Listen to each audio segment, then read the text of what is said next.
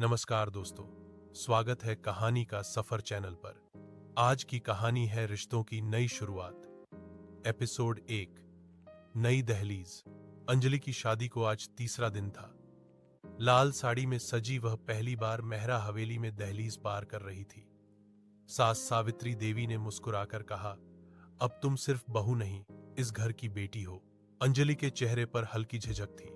सब खुश दिखाई दे रहे थे, पर एक चेहरा शांत था। कविता, घर की बड़ी बहू। उसकी आंखों में अजीब सी बेचैनी थी। अगली सुबह अंजलि जल्दी उठ गई। उसने रसोई में जाकर मेथी के पराठे बनाए जैसे मां बनाती थी। सावित्री देवी ने प्यार से उसकी मदद की।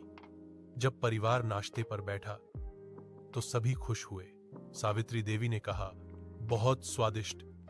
पर कविता ने बिना मुस्कुराए कहा, नमक थोड़ा कम है, अगली बार ध्यान रखना।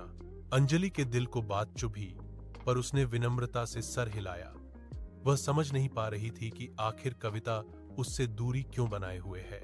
दिन भर अंजलि काम करती रही, कभी सही कभी गलती, पर कविता हर बार उसकी छोटी से छोटी कमी पकड़ लेती।